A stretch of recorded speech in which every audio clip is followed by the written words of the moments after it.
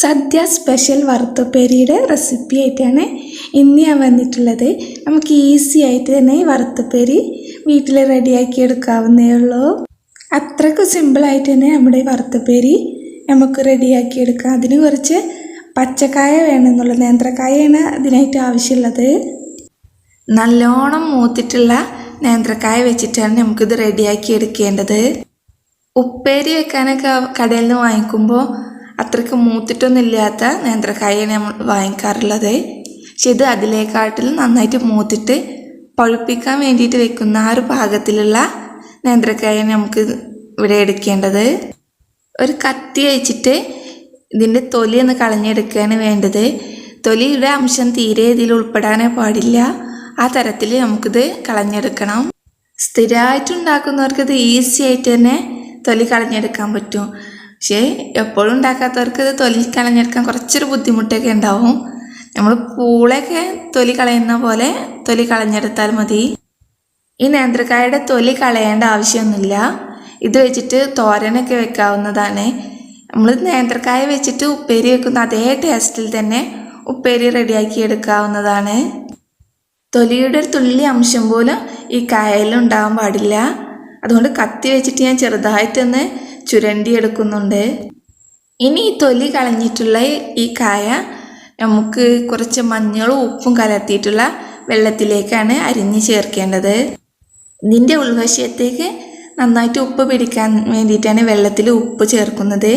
കുറച്ച് കളറ് കിട്ടാൻ വേണ്ടിയിട്ട് മഞ്ഞൾപ്പൊടിയും ചേർത്ത് കൊടുക്കുന്നുണ്ട്. ഇനി ഇതിലേക്ക് കുറച്ച് വെള്ളം ഒഴിച്ചിട്ട് നമുക്ക് മഞ്ഞൾ വെള്ളം റെഡിയാക്കി എടുക്കാം. ഇതിലേക്കാണ് നമ്മുടെ ഈ നേന്ത്രക്കായ അരിഞ്ഞ് ചേർക്കുന്നത്. ഒരു 4 നേന്ത്രക്കായ ഇവിടെ തൊലിയൊക്കെ കളഞ്ഞ് റെഡിയാക്കി വെച്ചിട്ടുണ്ട്. ഇനി ഇത് 1 ഇഞ്ച് കനത്തിൽ നമുക്ക് അരിഞ്ഞെടുക്കണം. ആദ്യം കായ വിലങ്ങനെ ഒന്ന് കീറിയിട്ട് വേണത് അരിഞ്ഞെടുക്കാൻ വേണ്ടിയിട്ട്. നമ്മൾ അരിഞ്ഞെടുക്കുന്ന ഓരോ പീസും കറക്റ്റായിട്ടുള്ള ഒരേ അളവിലായിരിക്കണം. ഇത് അരിഞ്ഞെടുക്കുമ്പോൾ പല വലുപ്പത്തിലാകണമെന്നുണ്ടെങ്കിൽ ഫ്രൈ ചെയ്യുമ്പോൾ ബുദ്ധിമുട്ടാവും. ചിലത് വേഗത്തിൽ ഫ്രൈ ആയി പോവും, ചിലത് ഫ്രൈ ആവാതിരിക്കുകയും ചെയ്യും. അതുകൊണ്ട് കഴിയുന്നതും ഒരുപോലെ കനത്തിൽ തന്നെ ഇത് അരിഞ്ഞെടുക്കുക. ഞാനിവിടെ ഈ 4 പഴം ചെറിയ പീസുകളാക്കി ഇവിടെ അരിഞ്ഞ് റെഡിയാക്കി വെച്ചിട്ടുണ്ട്. ഒരു 10 മിനിറ്റോളം നമുക്ക് ഈ മഞ്ഞൾ വെള്ളത്തിൽ ഇട്ട് വെക്കണം. ശേഷം ഇതിൽ നിന്ന് മാറ്റിയെടുക്കാം.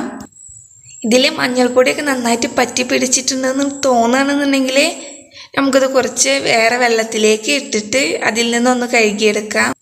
കുറച്ച് മഞ്ഞൾ പോകുകയും വേണം, പക്ഷേ ഉപ്പിൻ്റെ അംശം പോകാനും പാടില്ല. അതുകൊണ്ട് ഈ വെള്ളത്തിലേക്ക് കുറച്ച് ഉപ്പ് ഞാൻ ചേർത്ത് കൊടുക്കുന്നുണ്ട്. ശേഷം ഇതിൽ നിന്ന് കഴുകിയിട്ട് നമുക്ക് ഒരു ഓട്ടപാത്രത്തിലേക്ക് വാരിയിട്ട് ഇതിൻ്റെ വെള്ളമൊക്കെ ഒന്ന് വാർത്തിയെടുക്കണം. ഇതിലുള്ള വെള്ളമൊക്കെ നന്നായിട്ട് വാർന്നു പോയ ശേഷം ഇത് ഫ്രൈ ചെയ്തെടുക്കണം. അതിനായിട്ട് എണ്ണ ഇവിടെ ചൂടാൻ വെച്ചിട്ടുണ്ടായിരുന്നു. ഇതിലേക്ക് കായ അരിഞ്ഞത് ചേർത്ത് കൊടുക്കാം. ഈ കായ വറുത്തത് റെഡിയാക്കിയിട്ടാൽ കുറച്ചധികം ടൈം എടുക്കും. കാരണം കുറച്ച് കനം കൂട്ടിയിട്ടാണല്ലോ കായ വറുത്തത് അരിഞ്ഞെടുക്കുന്നത്. ചിപ്സിൻ്റെ ആ ഒരു ടൈപ്പിലല്ലോ. അതുകൊണ്ട് കുറച്ചധികം ടൈം വെച്ചിട്ട് തന്നെ ഇത് ഫ്രൈ ചെയ്തെടുക്കണം.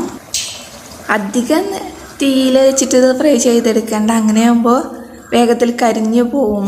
അതുകൊണ്ട് ഒരു മീഡിയം ഫ്ലെയിമിൽ വെച്ചിട്ട് നമുക്കിത് വറുത്തെടുക്കാം. അങ്ങനെ നമ്മുടെ കായ വറുത്തത് ഇവിടെ ഫ്രൈ ആയി വന്നിട്ടുണ്ട്. ഇത് നമുക്ക് ഈ എണ്ണയിൽ നിന്ന് കോരി മാറ്റാം.